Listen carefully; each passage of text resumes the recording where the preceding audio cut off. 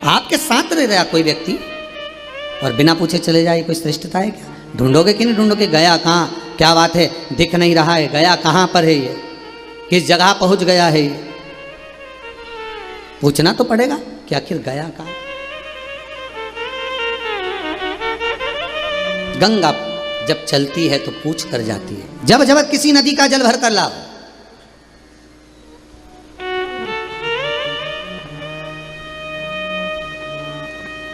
पहले आज्ञा लो।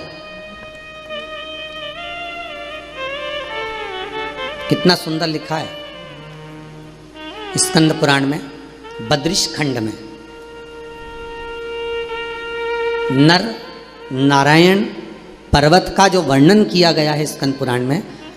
जब उत्तराखंड के 4 धाम करने के लिए जाओ तो स्कंद पुराण कितनी सुंदर बात कहती है कि जब उत्तराखंड के 4 धाम करने जाओ तो उत्तराखंड में हरिद्वार से जब 4 धाम की यात्रा प्रारंभ करो, अपने घर से जब निकल कर चलो तो एक नारियल या एक पुष्प या कोई ऐसी सामग्री एक स्थान पर रख कर जाओ और कह कर जाओ कि हम 4 धाम करने के लिए जा रहे हैं, वापिस आपकी कृपा से इसी स्थान से हम बोल कर जा रहे हैं। और हे कुलदेव, हे पितृदेव, हे मेरे बद्रीनाथ केदारनाथ यमुनोत्री गंगोत्री, हे मेरे देव, आप हमें वापिस इसी खुशी के साथ वापस बुलाना। पहले ऐसा नियम था पाथरी रखने का, अब तो खत्म हो गया। अब तो लोग मन पड़े जब चले जाएं जब आ जाएं, पर नियम के अनुसार अगर जाओगे तो दुख नहीं भोगोगे। यहां तक कह दिया अगर हाथ पर भी नहीं रख सकते अपने घर पर, बाहर मंदिर में देवालय में पीपल के नीचे ही आ जाए तो फिर आप हरिद्वार में जाते हैं। हरिद्वार से जब 4 धाम की यात्रा प्रारंभ करते हैं तो गंगा मैया से कहकर जाओ, माँ मिलने के लिए शंकर के पास जा रहा है, केदारनाथ जा रहा है, बद्रीनाथ जा रहा है, मिलने के लिए यमुनोत्री आपके पास आ रहा है, माँ यात्रा आपको कराना है, हमारे साथ चलना। फिर गंगा राह देती देती जाती है, कम मार्ग प्रशस्त करती चली जाती है। आप पहुंच जाते। भागीरथ महाराज आगे आगे चल रहे थे, इंद्रदेव देव ऋषि नारद स्वयं भागीरथ जी महाराज के सामने आकर खड़े हो गए और इंद्र और नारद जी ने आकर पूछा, अरे भागीरथ जी तुम आगे चल रहे हो, गंगा पीछे चल रही है तुम्हारे, जिस गंगा को पाने की तुम्हें इतने लगता थी उस गंगा को पीछे चला रहे हो और तुम आगे चल रहे हो। कपिल मुनि के आश्रम में भागीरथ जी तो लेकर गए थे, आगे आगे भागीरथ जी चल रहे हैं शंख बजाते हुए, पीछे पीछे गंगा मैया चली जा रही है। शिव पुराण कर रही है कि कहा भागीरथ जी से, देवऋषि नारद ने कहा भागीरथ जी से इंद्र ने कि आप आगे चल रहे हो और गंगा पीछे चल रही है, ये कहां का चरित्र। तब भागीरथ जी महाराज ने कहा, आपको लगता है नारद जी कि गंगा पीछे चल रही है, पर नारद जी गंगा तो मेरे को मार्ग बताती बताती मेरे अग्रण्य चल रही है, मैं तो उसके पीछे चल रहा हूं। गंगा आगे है, मैं पीछे हूं, गंगा अग्रण्य है, मैं पीछे हूं।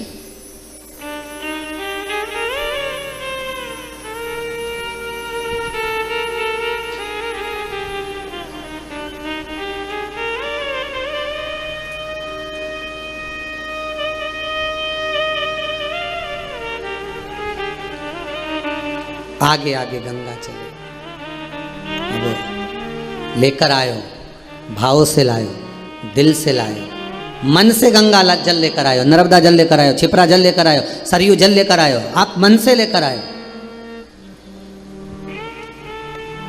किसी को साथ में लेकर आते हो तो प्रवेश कैसा होता है? पहली बार आप जब महाराज पहली बार आप जब किसी को लेकर आते हो तो परिचय देते हो कि हमारे मामा जी का लड़का है साहब, काका जी का, चाचा जी है साहब, ने बुआ जी है साहब, परिचय देते हो। अंदर आने पर जैसे ही आप प्रवेश करते हो, घर के अंदर आते हो, आप दुनिया की वस्तु अपने परिवार वालों को बता देते हो। ये देखो, ये देखिए, ये वस्त्र है, ये आभूषण है, ये रतन है, ये माणिक है, मैं बाजार से लाया हूं, मैं ये वहां से लाया हूं। दुनिया की वस्तु आपने दिखाई। तो कभी एक बार मुख से कहना, सबसे पहले निकाल कर, कुछ वस्त्र मत निकालो बैग में से, कोई सामग्री मत निकालो बैग में से, सबसे पहले निकालो तो जो प्रसाद लेकर आए हो किसी मंदिर से, सबसे पहले निकालो तो तुम जो गंगा का जल, छिपरा का जल, नर्मदा सरयू आदि के जो नदी का पवित्र जल लेकर आए, सबसे पहले उसको प्रस्तुत करो, उसको ला कर रखिए। कहाँ ले जाकर रखना चाहिए? सबसे पहले पवित्र नदी का गंगा जल जब भरकर लाएं, गला पकड़ रहा है हमारा, नदी का जब जल लेकर आएं, पवित्र नदी का जब जल लेकर आएं, तो सबसे पहले कौन सा स्थान होता है जहां पर जल को रखा जाता है घर के अंदर?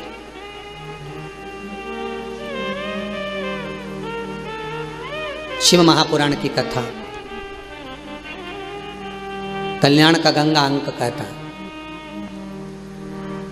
स्कंद पुराण में जो नदियों का वर्णन किया गया है सारी पवित्र पवित्र, उसमें गंगा का वर्णन आप श्रवण करेंगे, उसमें भी मिलेगा कि गंगा का जल लेकर आए, पवित्र जल को लेकर आए, सबसे पहले उसको ले जाकर कहाँ रखना है? तो शिव महापुराण की कथा कहती है सबसे पहले जहाँ रसोई घर में आप मटका भरते हो, परिंडा भरते हो, हंडा भरते हो, पानी का स्थान जहाँ हो, जहाँ पितरों का स्थान हो, सबसे पहले गंगा, नर्मदा, सरयू, छिपरा जो जल भर कर लाए हो, सबसे पहले उस स्थान पर रखो, क्योंकि उस स्थान पर रखते ही तुम्हारे घर के पूर्वज तर जाते हैं। सबसे पहले लाकर वहां रखिए। पर दुनिया के लोगों की आदत है, सबसे पहले लाएंगे तो मंदिर में ले जाकर रख देंगे, भगवान के सामने ले जाकर रख देंगे।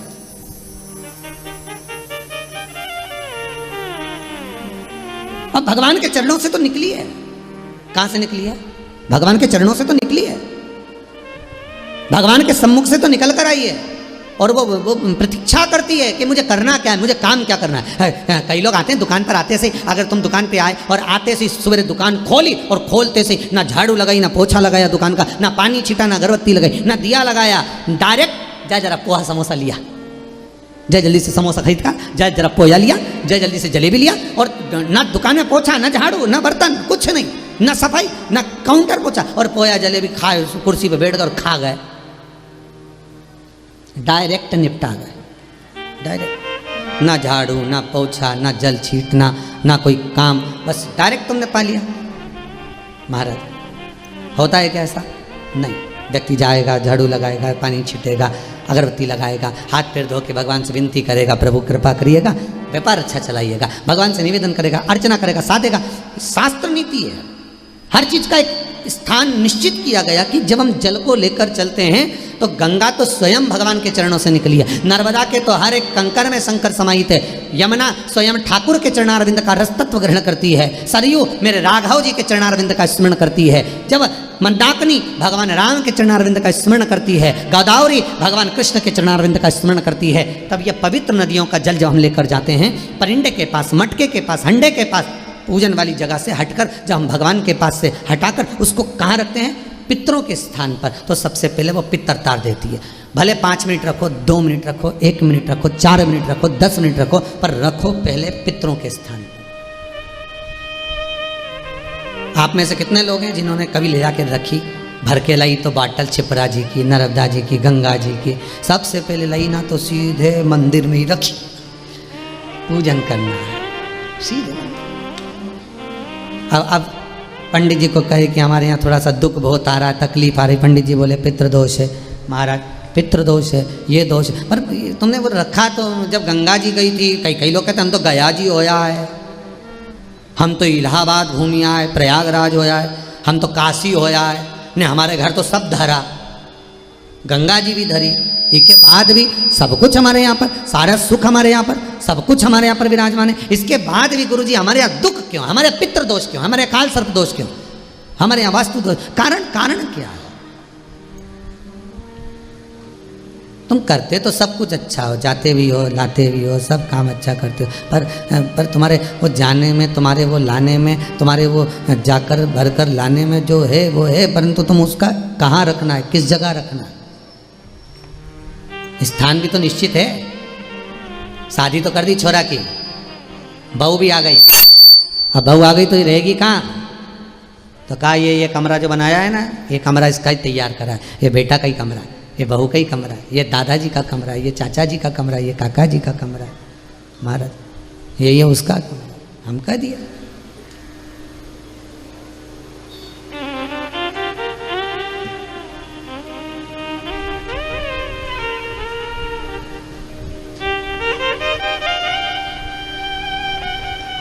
बस स्थान परिंडा का पास, वहाँ से उठा लो, फिर भले मंदिर में ले जाकर रख दो, फिर भले पूजन वाले स्थान पर ले जाकर रख दीजिए।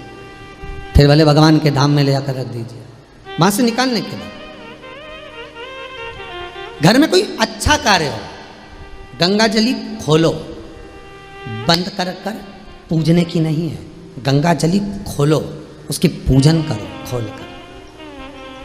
गंगा का जल भी कहता है कि मुझे बाहर निकाला जाए, जिससे मैं परिवार का, घर का कल्याण कर सकूं। गंगा जली का जल कभी नहीं सूखता, भरा रहता है। जिसके घर में गंगा जली का जल सूख रहा हो, फिर भर कर लाए, फिर सूख जाता हो। हमने पूरी झाला लगाकर पैक कर कर गंगा जली रखी थी, जल सूख गया तो उसका कारण क्या होता है, उसके लिए वर्णन किया गया। शिव महापुराण की कथा कहती है, लिंग पुराण कहती है, जब झारी जी में से गंगा का जल सूखा निकल जाए। आपने झारी जी खोली, गंगा का जल निकालना चाहा, पर गंगा का जल सूख गया। आपने बजा कर देखा, इसमें पानी नहीं है, इसमें जल नहीं है। उसका क्या कारण होता है? गंगा का जल क्यों सूखता है? तुलसी का क्यारा क्यों सूखता है?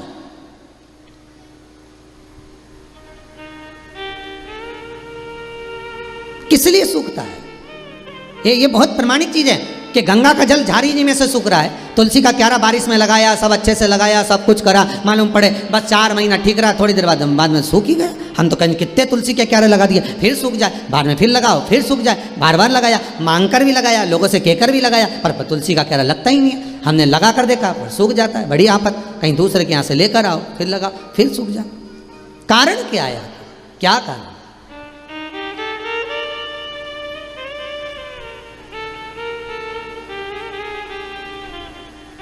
आज एक माताजी ने बहुत सुंदर प्रश्न किया था, अच्छा प्रश्न था, इसलिए थोड़ा ध्यान में है।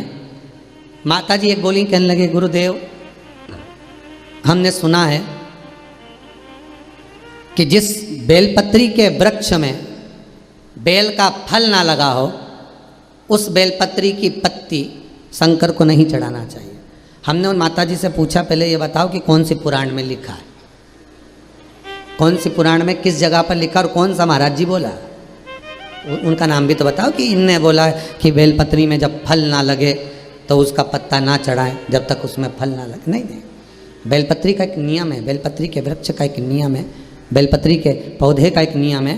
पौधा बहुत छोटा है, बहुत छोटा, तो उसकी पत्ती ना उतारे। एक तो बहुत छोटा, ऊपर से आपने पत्ती निकाल ली तो वो तो बेकारी हो जाए ना, उसको सूख ही जाएगा। बहुत छोटे पौधे की पत्ती नहीं निकालना। बेलपत्री के पौधे का नियम है, आपके ऊपर बेलपत्री का वृक्ष का छांव पड़ने लगे, उसकी डाली आपके मस्तक से ऊंची हो जाए, उसकी छाया, उसकी पत्ती की हवा आपके मस्तक पर लगने लगे, तो उस बेलपत्री के पौधे की पत्ती उतार कर आप शिव को चढ़ा सकते हो। पर यह नहीं लिखा कि उसमें फल नहीं लगे तो चढ़ाओ मत, ऐसा प्रमाणिकता नहीं है। ऐसी प्रमाणिकता नहीं है कि आप बेलपत्री का फल नहीं होगा महाराज तो आप ना चढ़ाएं। बेलपत्री के फल है, वृक्ष जब बड़ा होगा तो उसमें फल तो लगेगा ही। कितना सुंदर कहा, आंवले के वृक्ष में आंवला ना आए, बेलपत्री के वृक्ष में बेल ना आए, आम के वृक्ष में आम ना आए, फलदार वृक्ष में फल ना आए, तो नर्मदा जी के घाट से या गंगा के घाट से बालू रेत को लिया और शिव अवधूतेश्वर महादेव का नाम लेकर, आंवला नहीं आ रहा है मान लो, या आम के वृक्ष में आम नहीं आ रहा है, या आपने कोई फलदार वृक्ष लगाया और उसमें फल ना आ रहा हो, तो उसके आसपास में गंगा की बालू या नर्मदा की बालू डाल दी, फल आना प्रारंभ। वो बालू डालेंगे और फल आना प्रारंभ हो जाएगा महाराज। उस बालू का फल अवश्य प्रदान होता है महाराज। शिव महापुराण की कथा कह रही है, शंकर का अनुमोदन कर रहा है, शंकर की कथा कर रही। जिस गंगा जली का जल सूख रहा है उसका कारण एक होता है कि परिवार में, घर में या तो किसी की नज़र लग जाती है, हाय लग जाती है, या कोई व्यक्ति किसी ना किसी रूप में उस परिवार में क्लेश या कहीं ना कहीं किसी ना किसी रूप में कोई बीमारी पकड़ने वाली है, तो गंगा की झारी अपने आप सूख जाती है। ध्यान दीजिएगा।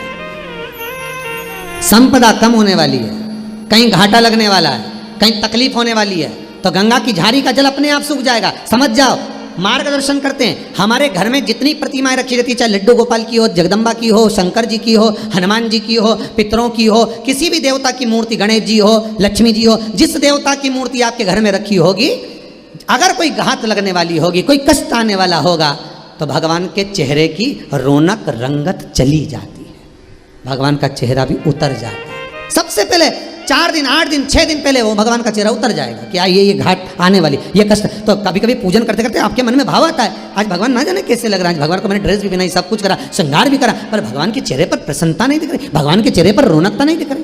कारण क्या है? समझ जाओ, फिर सतर्क हो जाओ, भगवान से प्रार्थना करो, बाबा आप ही को संभालना है। गंगा मैया आपने बता दिया कि घात आने वाली, आपने बता दिया कि कष्ट आने वाला है, पर संभालेगा कौन? गंगा मैया। आप स्वयं आओ, स्वयं संभालो। जिसने रास्ता बताया है उसी को पकड़ लो। गंगा की झाड़ी में से गंगा जल चले गया, उसने मार्ग बता दिया, तो उसी गंगा की झाड़ी को, उसी गंगा की झाड़ी में वापिस ढक्कन को खोलकर, तुम्हें मालूम है इसमें जल नहीं है, तो अपने शुद्ध जल को लाकर, जो जल आपके पास में हो, भले हापसी का हो, हेडपंप का हो, कुएं का हो, बावड़ी का हो, जो जल शुद्ध है उस जल को लाकर उस गंगा जी में भर दीजिए और भर कर निवेदन कर दो, माँ अब आपको संभाल लेना है। वापिस ढक्कन लगा दीजिए, वो गंगा अपने आप प्रकट होकर संभाल ले। उसको खाली नहीं रखना है, उसको खाली नहीं रखा जाता, ये आपको संभालना है।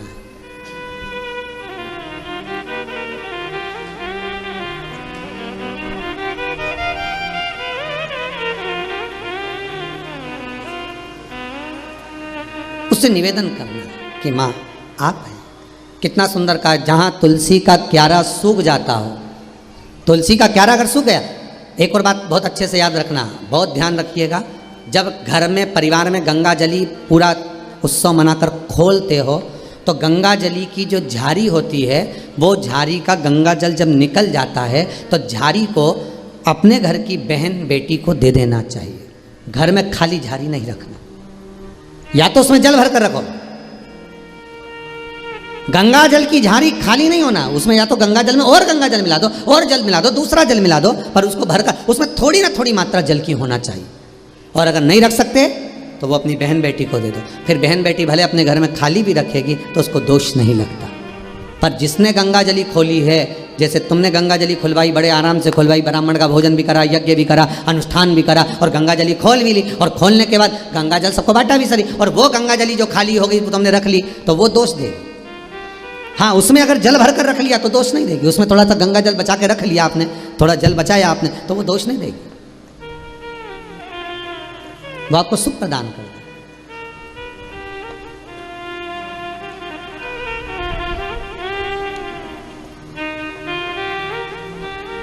वो आनंद देगी, शास्त्र कह रहा है।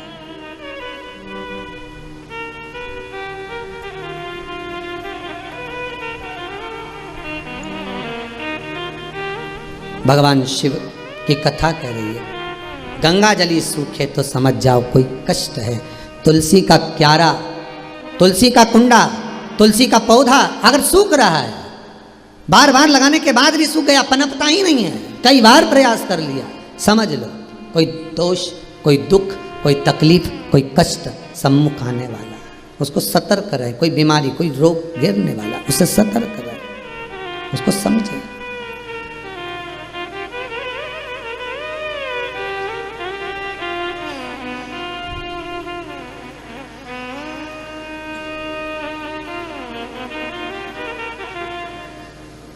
इसलिए कहा है ना महाराज, मीठे रस से भरोरी तुलसा रानी लागे, महारानी लागे, मन प्यारो प्यारो सांवरियारो मंदिर लागे। तुलसा महारानी की तुलसा का अगर पौधा सूख रहा है तो वो भी मार्ग दे रहा है। शिव पुराण का गंगा का जल झाड़ी में से सूख रहा है तो वो भी प्रेरणा दे रहा है, वो भी बता रहा। मंदिर की मूर्ति का चेहरा उतरा हुआ है, तो वो भी प्रेरणा दे रहा है कि कोई ना कोई बात जरूर है। वो बता रहा है, शिव पुराण कह रही है।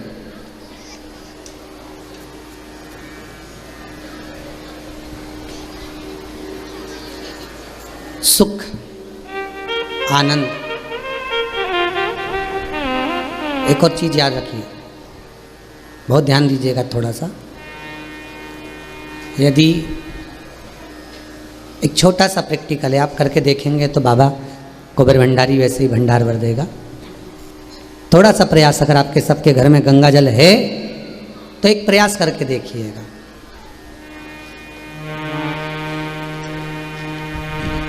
कोई कार्य के लिए आप जा रहे हैं और वो कार्य अटक रहा है, नहीं हो रहा, बहुत प्रयास कर लिया आपने, बहुत दिन से लगे हुए कि ये काम होना ही चाहिए, ये काम बहुत जरूरी है और होना ही चाहिए, नहीं हो रहा। एक कटोरी में गंगा का जल निकाल लीजिए महाराज, और कटोरी में गंगा का जल निकाल कर तुम्हारे घर में एक सिक्का पड़ा हो, 1 रुपया, 2 रुपया, 5 रुपया, कोई सा भी एक सिक्का पड़ा हो, जो भी सिक्का पड़ा हो, कुंदकेश्वर महादेव का नाम लेकर, जहाँ परिंडा होता है, पानी का मटका होता है, पितरों का स्थान होता है, हंडा भरते हो, मटका भरते हो, उसके पास में उस कटोरी को रखकर 1 का सिक्का, 2 का सिक्का, 5 का सिक्का, 10 का सिक्का, जो तुम्हारे पास सिक्का पड़ा हो, जो भी तुम्हारे पास पड़ा हो, वो सिक्के को हथेली में लेकर कुंदकेश्वर महादेव का नाम लेकर उस कटोरी में डाल दीजिए और उस जल को नैनों से लगाकर आप काम के लिए निकल जाइए। वो काम आपका सफल होकर ही रहेगा, छूट नहीं सकता।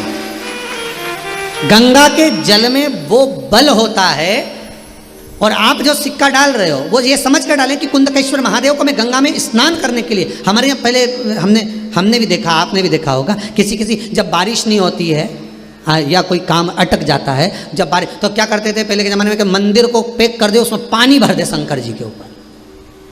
आपने कई जगह देखा होगा, उसमें शिव जी को डुबा, तो किसके लिए डुबाते थे? कुंदकेश्वर महादेव के लिए। ये नियम है कुंदकेश्वर महादेव का। पर आज के ज़माने में तो चंपेश्वर महादेव है तो उनको भी डुबा दे, गुप्तेश्वर महादेव है तो उनको भी डुबा दे। ये उनके लिए नहीं है। कुंदकेश्वर महादेव किनका नाम है? जम के बोलिए, कुंदकेश्वर महादेव।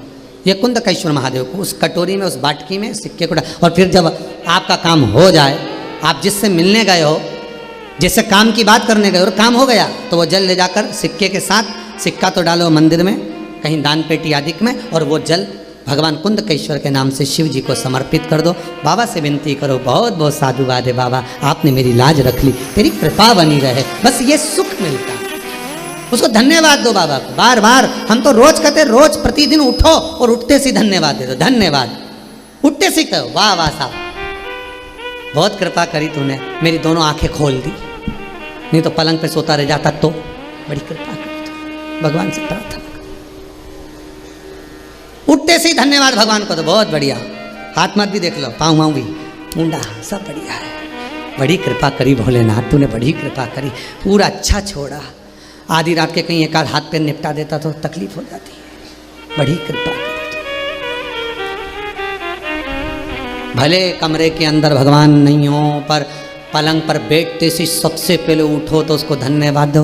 तेरा ही दिया मैंने खाया पिया है, तेरा शुक्रिया है, तेरा शुक्रिया। मुझे भोले बाबा ने बहुत दे दिया है, तेरा शुक्रिया है, तेरा शुक्रिया है। ये जायदाद दी है, औलाद दी है, ये जायदाद औलाद दी है। मुसीबत में हर वक्त इमदाद दी है, मुसीबत में हर वक्त इमदाद दी है। तेरा ही दिया मैंने खाया पिया है, तेरा शुक्रिया है, तेरा शुक्रिया है। मेरे भोले बाबा ने बहुत दे दिया, तेरा शुक्रिया है, तेरा शुक्रिया। उसको धन्यवाद देते रहो, हर पल हर घड़ी हर क्षण उसको साधुवाद कहते रहो। तेरी कृपा से बैठा हूँ, आज चलकर अगर कुबेरेश्वर धाम तक पहुंच गया, टीवी के सम्मुख में बैठकर कथा सुन रहा हूँ, बाबा ऐसी कृपा करना, मुझे पलंग पर मत पटकना, मुझे खटिया पर मत पटकना, मुझे किसी हॉस्पिटल में ले जाकर मत पटकना। जब तक ये श्वास चले तेरा भजन करती रहूं, जब तक ये श्वास चले शिव महापुराण की कथा सुनती रहूं। भले फिर अंत समय में जाऊं ना जाऊं ये उसके हाथ में है, पर तेरा स्मरण कर कर मर।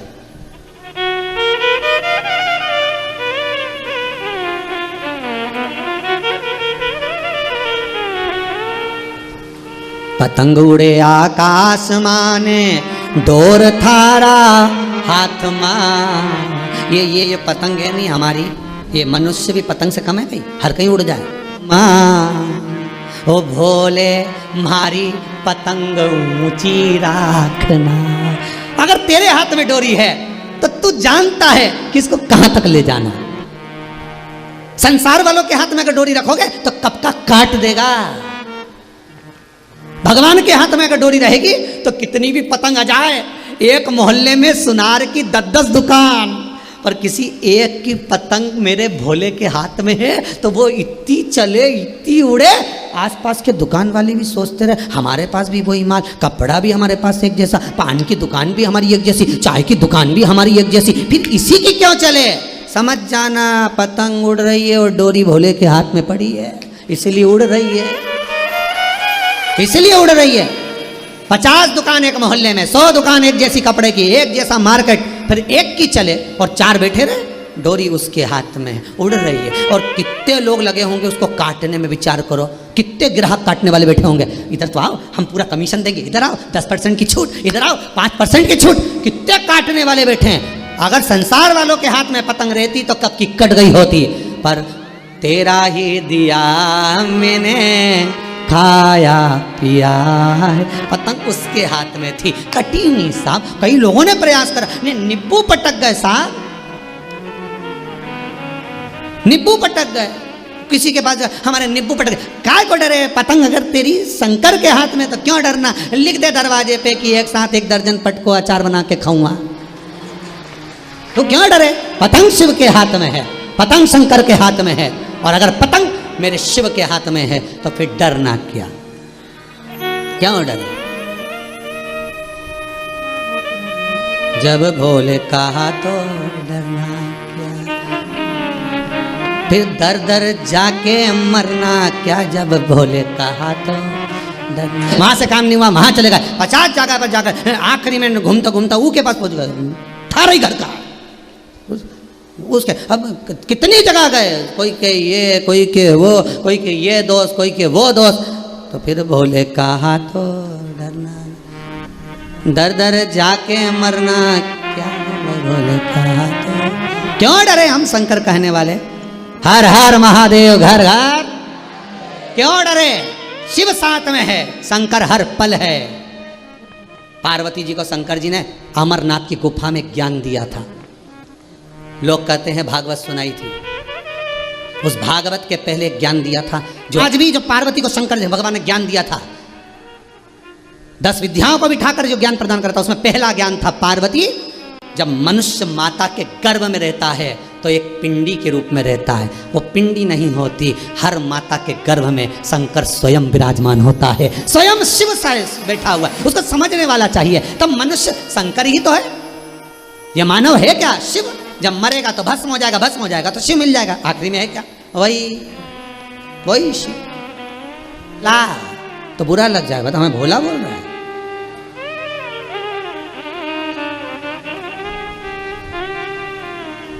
परसों के दिन एक किसी पत्नी का फोन आया था ऑफिस में, कह रहे थे हम हमारे पति का नाम चेंज कर रहे हैं। हमने कहा तुम्हारे पति का नाम है क्या, पूछ आशीष जरा पूछ तो के भेरू, तो हम चेंढ कर रहे हैं, हमें ढेर भेरू मंदिर में भी भेरू बैठे, पर अपने हृदय को तो समझाओ कि ये भी भेरू से कम है क्या? कभी भी भटक जाता है, कभी भी भेरू बन जाता। 2 मिनट में ऐसा हो जाए और 2 मिनट में गंगा का जल हो जाए। कहीं कहीं पतंग उड़े आकाश माने, डोर थारा हाथ माँ, ओ शंभो मारी पतंग ऊंची राखना। वो कोई नहीं काटे, कहाँ जाए, कब ढील दे कब काटे, ये उसी को मालूम है। इतनी ढील दे देता है, इतनी ढील इतनी दे, वो बाद में खींचता है।